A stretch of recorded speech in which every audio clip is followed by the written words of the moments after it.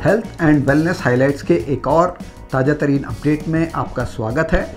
मैं हूं रविंद्र सोनी और आपके लिए लेकर आया हूं latest health and wellness news.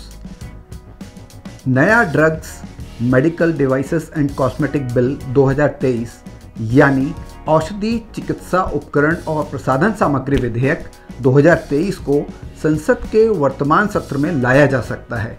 यदि यह बिल पास होता है तो यह मौजूदा 83 साल पुराने ड्रग्स एंड कॉस्मेटिक्स एक्ट यानी औषधि और प्रसाधन सामग्री अधिनियम 1940 की जगह लेगा। पहले इसे मानसून सत्र में लाने की तैयारी थी।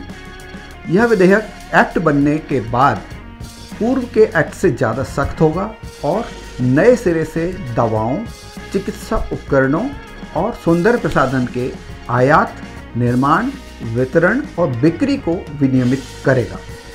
यह उनकी गुणवत्ता, सुरक्षा, प्रभावकारिता, प्रदर्शन सुनिश्चित करने का भी काम करेगा। इसके दायरे में नई दवाओं का नैदानिक परीक्षण, अनुसंधानात्मक चिकित्सा उपकरणों की नैदानिक जांच और आयुर्वेद, यूनानी, सिद्ध, सोवा और होम्योपैथी दवाओं, चिकित्सा उपकरणों और सौंदर्य प्रसाधनों सहित नए इन विट्रो नैदानिक चिकित्सा उपकरणों के नैदानिक प्रदर्शन का मूल्यांकन भी शामिल रहेगा। साथ ही इसके दायरे में ऑनलाइन फार्मेसी स्टोर भी आ जाएंगे। बिल के मसौदे के मुताबिक अब बिना निर्धारित तरीके से जारी किए लाइसेंस या अनुमति के कोई भी व्यक्ति स्वयं या अपनी ओर से किसी अन्य व्यक्ति द्वारा ऑनलाइन मोड यानी ई फार्मेसी के माध्यम से किसी भी दवा को नहीं बेचेगा या स्टॉक नहीं करेगा या बिक्री के लिए पेश नहीं करेगा या वितरित नहीं करेगा। केंद्रीय स्वास्थ्य मंत्री मनसुख मंडाविया ने कहा है कि देश में केंद्रीय सरकार स्वास्थ्य योजना CGHS कल्याण केंद्रों की संख्या मौजूदा 80 शहरों से बढ़ाकर आने वाले दिनों में 100 शहरों तक की जाएगी। उन्होंने यह भी कहा कि विभिन्न मुद्दों के समाधान के बाद अब निजी अस्पताल भी CGHS लाभार्थियों को प्राथमिकता दे रहे हैं।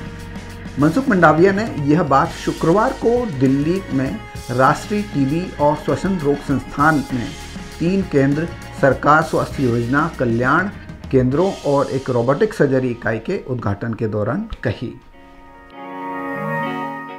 17 सितंबर 2023 से अब तक 16,03,17,875 से अधिक लोगों ने 7 प्रकार की बीमारियों की जांच कराई है, जिनमें टीबी, उच्च रक्तचाप, मधुमेह, मौखिक कैंसर, स्तन कैंसर, गर्भाशय ग्रीवा कैंसर और मोतियाबिंद शामिल हैं।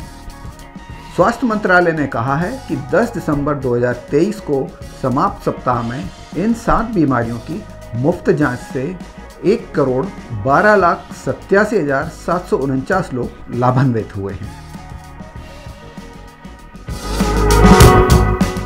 आयुर्वेदिक दवा निर्माता कंपनी कपिवा ने फिल्म अभिनेता टाइगर श्रॉफ के साथ मिलकर शिलाजीत के बारे में गलत धारणाओं को दूर करने के उद्देश्य से एक कैंपेन आरंभ किया है। यह कैंपेन खास तौर से एक्सरसाइज और फिटनेस क्षेत्र से जुड़े युवाओं को ध्यान में रखकर डिज़ाइन किया गया है।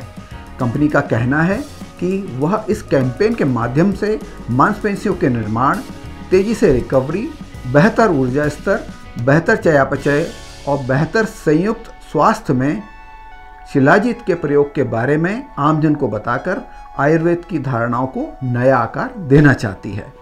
कंपनी का कहना है कि हमारी नवीनतम विज्ञापन फिल्म मांसपेशियों के निर्माण के लिए स्टेरॉयड का चयन करने वाले लोगों की आम प्रवृत्ति से निपटती है या शॉर्टकट के प्रति सामाजिक प्राथमिकता को उजागर करती है। यह फिल्म चिकित्सीय रूप से परीक्षण किए गए अवयवों के साथ प्राकृतिक उत्पादों की प्रभावशीलता पर जोर देकर एक अलग दृष्टिकोण को बढ़ावा देती है। साथ ही यह फिल्म यह संदेश भी देती है कि जिम में मांसपेशियों की वृद्धि और बेहतर प्रदर्शन प्राप्त करने के लिए शॉर्टकट तरीकों को शामिल करने की आवश्यकता नहीं है। Natural wellbeing product company moderate ने वेडनेसडे वेलनेस सीरीज आरंभ करने की घोषणा की है। इस सीरीज का उद्देश्य स्वस्थ जीवन शैली बनाए रखने के लिए सुझाव और मार्गदर्शन देना है। इस सीरीज़ में कंपनी की संस्थापक डॉक्टर ललिता साप्ताहिक रूप से मॉडरेट के इंस्टाग्राम पेज पर अपना मार्गदर्शन साझा करती हैं। वेडनेसडे वेलनेस सीरीज के पहले संस्करण में डॉक्टर ललिता ने स्वास्थ्य पर चीनी के यानी शक्कर के व्यापक प्रभाव पर प्रकाश डाला है और महत्वपूर्ण जानकारी साझा की है। डॉक्टर ललिता ने मिठाइयों को अपनी डाइट में समझदारी के साथ शामिल करने, कॉफ़ी और चाय में चीनी को कम करने और सोडा, डिब्बाबंद जूस और अन्य मीठे व्यंजनों के बारे में व्यावहारिक सुझाव दिए हैं। तो मित्रों, ये थे आज के कुछ प्रमुख अपडेट्स। जल्दी मिलते हैं एक और नए एपिसोड में। तब तक के लिए धन्यवाद। Thanks for watching.